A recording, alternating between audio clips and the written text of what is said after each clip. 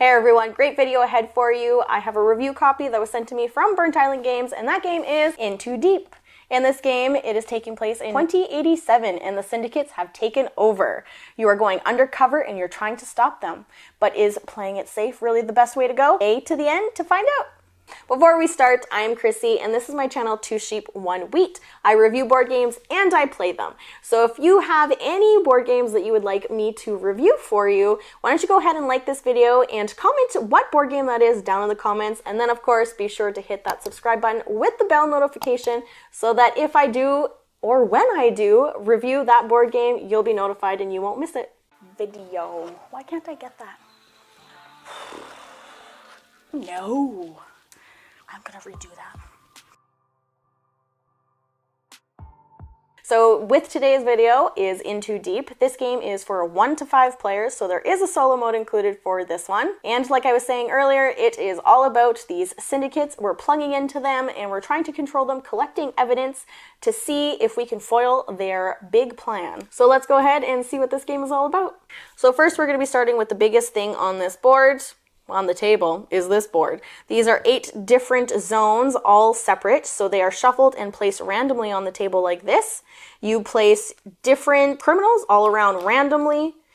The blocks start with these tokens right here. These are 3 heat tokens, and basically these are police presence. You've got these 2 big red blocks. These are blockades. You cannot travel through them unless you are with the syndicate up here. He will help you move around as long as you use the ability on the block. That one will allow him to move you around, or any of these blockades. Once you use the zone powers, then the police presence gets greater in that location. You're going to be moving those 3 heat tokens all to that spot right there, and until they're gone, you're not able to use that zone's power anymore. Loads of abilities here as long as you can get to them. Also on the board are these right here. These are item tokens. Now what item tokens are mostly for your story crime cards and for your side crime cards. Now, most of the time, these cards are going to tell you that you'll need to be in a specific location or next to one of these blockades or with other criminals that you don't control or criminals that you do control.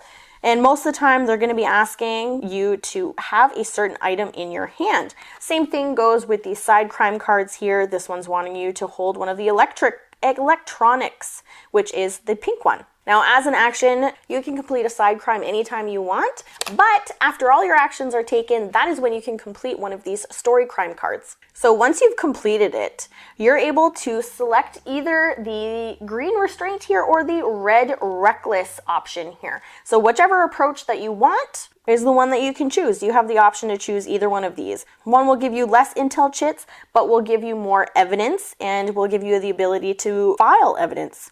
Where this one will give you more intel chits, which are basically points at the end of the game. But the red reckless also allows you to select less evidence and file even less evidence tokens. So intel chits are just these right here. And like I was saying, these are points at the end of the game. Then you move on to the card here, and this is dilemma cards. You would take it, look at it, but hide it from anybody else and just place it on the side of your board like that. Then you move on and you have these evidence. You're allowed to collect 3 from here. Now, evidence tokens are taken from the evidence board, which is right here. Now, another thing that's attached to it is this boost wheel right here, which is what you will find on the side crime cards, which is this icon right here. So instead of getting intel chits, you'll be getting boost tokens instead from the boost wheel.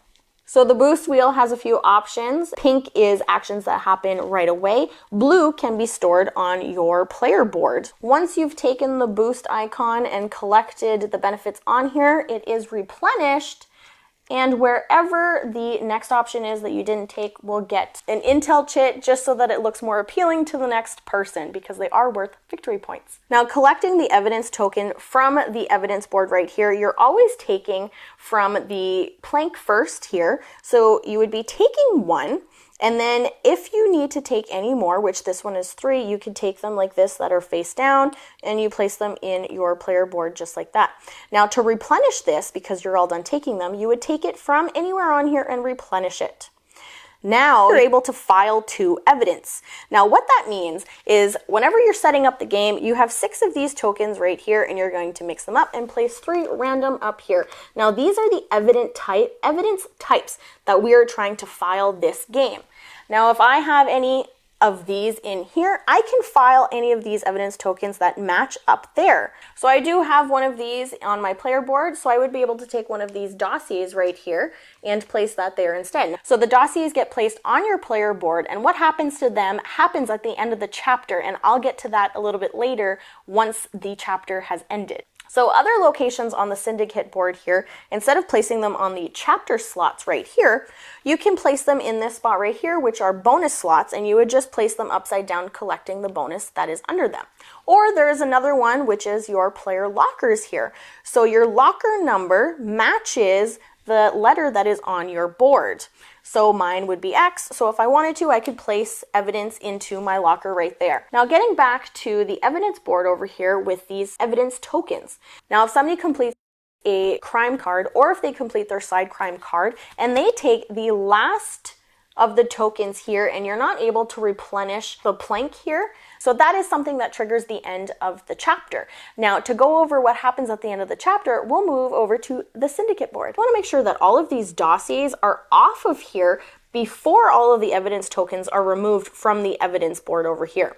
And because at the end of the chapter, each dossier, if all of the dossiers have been removed, then each dossier that you have on your player board is going to be worth 2 of these intel chips. And then everything gets put back over here. And after each chapter, they become 3 intel crits and 4 intel crits for each of the dossiers that you have on your player board. Now at the end of a chapter with these dilemma cards, you need to discard half, rounding up. So once you discard the half, the other half gets moved over into your corruption well right here. Then any of the evidence tokens that were put over here get flipped over. Anything that was in your locker or anybody else's locker gets to stay upside down until the end of the game. Now, if all of the dossiers haven't been removed from the syndicate board before all the evidence token, something bad happens, which takes us over to our player board. The person with the least amount of dossiers lose one of these grip. Now, grip is whenever you hook a criminal, so at the beginning of your turn, you're going to take one of these tokens from the center of the board, and you're going to hook it, which is this nice little hook icon right here. You're going to hook it. Now, however many criminals that you have here at the beginning of your turn, you're going to be able to gain grip of it. And grip is just basically moving it up this board right here because you have extra abilities on here. So if you can get into this light area right here, then you're going to be allowed to use any of the criminal skills that are on their cards that are in play. A lot of them have different abilities. Some are free, some you need to use as an action. It will probably take a few games to fully understand what all of them actually do and be able to use them properly. But if you're able to get them all the way into this little bit lighter area right here, which will gain you an extra action for every time. Now you can use as many of those as you want during your turn because those are essentially free actions. Now what are actions? Actions are moving once, picking up an item, using a criminal ability, gaining a grip of that specific criminal, or using a zone ability. So those are the 5 actions that you're able to use. So if you're only allowed 2, having your criminal all the way up there on your grip track is really beneficial to be able to complete any more of your story cards or your side crime cards. So your whole area on your player board is called your console.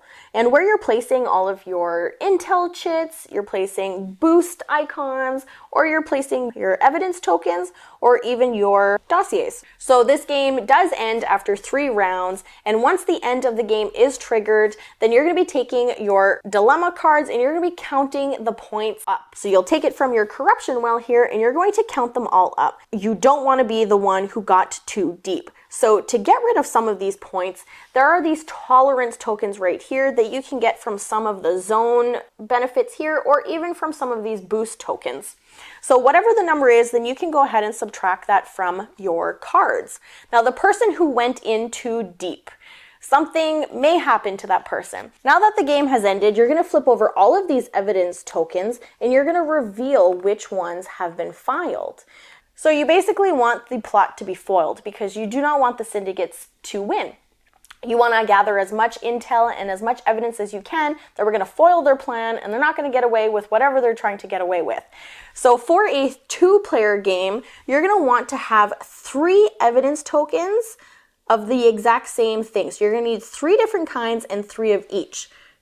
So it looks like here, if you can put them all together like this, it looks like the plot was foiled. So the syndicates are not going to get away with it. So the person who went in too deep, they have to subtract their dilemma card total from their victory point. So that is how you go in too deep and how, if the plot was foiled, now to go on how you calculate all the other points. So you would have to go through and tally all these up and put them together, and whatever number was the highest is where you're going to put them. So here there are 3, these are the same amount of tokens, of evidence tokens, so they would go in the first spot. Now every single one of these tokens, if you had them saved over here on your console over here, would be worth victory points. And these are 2, and these 2 are both 1, so they just tally up like this. So if you had any of these or these, see, these would be worth 4 points each, and I have 2 of these, so they're worth 3 points each. Now, some of your dilemma cards that you have kept will have the same icons. Now, the same thing goes for this. This one would be worth 3 points, and these would be worth 2 points. So you'd be able to tally up all of those. Now, other icons in these dilemma cards here would be just straight up victory points. So any of these would be added to your total as well. 2 other ways to collect points in the dilemma cards, and that would be collecting 3 of these star cards for 20 points. Now, we have these ones here, and if you collect as many different ones as possible, these multiply with themselves. So if you had 3, it would be 3 times 3. If you have 4, it would be 4 times 4. Also collecting you points that way. Now, one more way to collect points, and that would be with your grip track. Whichever criminal is in the lowest spot is the amount of victory points that you're going to be claiming. So 3, 6, 9, 12, and they go up like that. In this case, I would only collect 3 points because my lowest criminal is in that spot right there. So that is how you would collect all of the points, how you would count them all, and then you would figure out who is the winner to this game in Too Deep. So like I was saying earlier, this is a review copy that was sent to me from Burnt Island Games. This is the retail version. So if you are buying this game, this is the version that you're going to be getting. The Kickstarter version did come with minis, and it did come with a base for them to slide all of the items into them, which would have been cool. I missed this Kickstarter, and I really wish that I didn't, because between the retail version and the Kickstarter version, it really wasn't that much of a difference money-wise, and I love a good upgrade. I love minis, really to make the game look really, really good. But they did still do a really good job with this version, so I'm still completely happy with it, which if I didn't get this as a review copy, I would be going out and buying it so that it would be sitting on my shelf. Not sitting there, I'd still play it. I'd play it because I really enjoyed it. So there's a giveaway for my review. I really enjoyed this game. It's really nice to look at. Everything, it just popped. Got a really nice Blade Runner feel to it. Very futuristic. And the components with it, like the dossiers, collecting the evidence, really go with the theme that they're trying to work here, where you're being plugged into these criminals and trying to kind of control them, gain evidence against them because they're trying to take over. And I guess it kind of goes with if you're going undercover, which is essentially what you're doing here, you have the opportunity to go in too deep and be corrupted, which is a pretty neat way of kind of tying everything in together, but still being able to win the game at the end. So it's not too much of a big deal, but it's still really nice if you can get these tolerance tokens here, so you can kind of get away from that, but still go in too deep, but technically not. So this game is really just about being these criminals here. You're working with them and everything. So the game did include 10 criminals with this game. So you just randomly choose 5, and then if you're playing with a 4-player count, then you actually add an extra criminal in the center of the table. So there's just more options and there's more going on, because once you add that 4th player, things are going to get tight with this game. So, and then the nice thing that they did at the back of these criminal cards, they added the player aids, and we all know how fond I am with player aids. So as Nick would say, +2 points, even though we don't do a point system here on this channel. So it goes through from everything on your turn, it goes through actions, completing a story, end of chapter, end of game, and then final scoring. Now, one thing that I wish that they had added, or even maybe added a second player aid, because is at the back of the rule book, it goes through all of the criminal skills, but also the zone powers, and then all of the boost tiles. Now, there's a lot going on here, and this is always getting passed back and forth. There's just a lot of these icons, and some of them look like what they would be, but some icons like this, like over at the towers here, there are 4 different options. And just to remember all of these, sometimes it just gets a little confusing with everything else that's going on. And the same thing that goes with these boost icons. Now, the pink ones, like I was saying, are just fast actions that you can do right away, but some of them aren't as clear as the rest. So it's nice that they did add this to the back of the rule book, saying that rulebook is getting passed around all the time. I did have the option to play this game at 3 players, and then Nick and I did play this at 2 players too. Now, 2 players I thought was really, really good.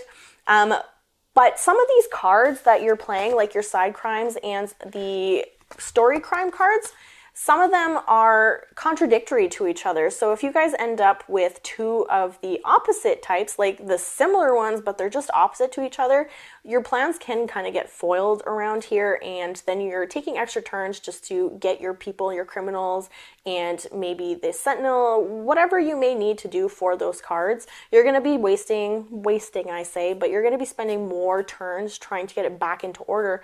But then still maybe not getting what you absolutely need, because the other player can still steal the criminal that you're hooked into. So you do pay them 1 point. So that is a good thing, but that is an option there, that somebody can take the criminal that you're hooked into. So even though you worked really hard for it, you might still be working pretty hard for it at the end. So there is that, and I really thought that playing at 3 players was going to be pretty similar, but actually quite the opposite happened. You're playing at 3 players, and more criminals are moving around the table, more of the tokens, all of the items are being moved around the board a little bit more. So by the time it gets back to your turn, it's actually not too terrible, because 2 people have gone and not just 1 person. Now, I don't think that I would play this game at 5 players, even though I did say that playing at 3 player count was a lot better than what I thought it was going to be than playing at 2 players. I think 3 players would be the sweet spot for this game. Maybe even 4 players, but I would definitely not play this at 5 players. And then when it comes to time frame, I don't think playing at 3 players actually added too much time.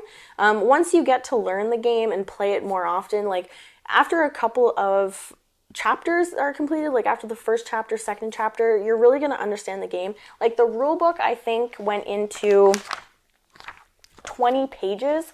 So it goes into depth and everything, and there's a lot of pictures, so you know what's going on. I'm a visual person. I don't really read the rules. I watch videos for it, but if I do have to look at the rules, I really enjoy pictures that go through it in depth for me so that I get the visual for it, and that rule book really did it. So after, like, it may look like a lot of pages in the rule book, a lot going on the table, but after a couple of chapters, you're really going to know what's going on. And I'd say after a couple of games, you're going to get a pattern down pat, like how you're actually going to be playing. And I'm going to be putting out my playthrough for this next week, so stay tuned for that one. And I'm going to tell you right now, I'm going to ruin Nick's reviews, and I'm going to go ahead and tell you that he really liked this game. He'll tell you why in the playthrough video, but if you are more on Nick's side on the games that he really likes, then this is probably a game that you might like. So if you're Team Nick or enjoy a good game that is Blade Runner themed, this might be a game for you. Anyway, this was the overview and review for In Too Deep. I hope you enjoyed it. Wait, what? What is happening? What is happening? I don't understand this.